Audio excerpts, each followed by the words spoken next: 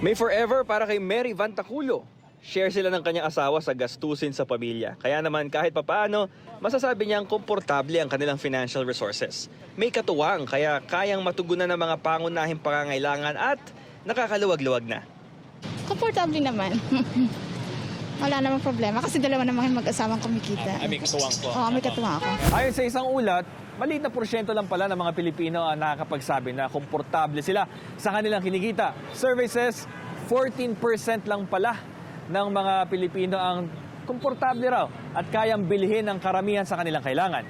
75% naman ang nagsasabi na naitatawid naman nila pero kailangan pa ng dagdag na trabaho.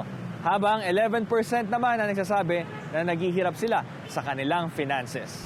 Ang magkatrabahong sina Cindy Hoyohoy at Kimberly Garcia, maraming bayarin pero naitatawid naman daw. At kung may pagkakataong mag-sideline para sa extra cashing, abay kanilang susuungin. Si Nandito Bugan naman ramdam daw ang hirap ng pagkakaroon ng dalawang trabaho. Minsan nagsasakay siya ng mga pasahero o kaya nagde-deliver ng gamit.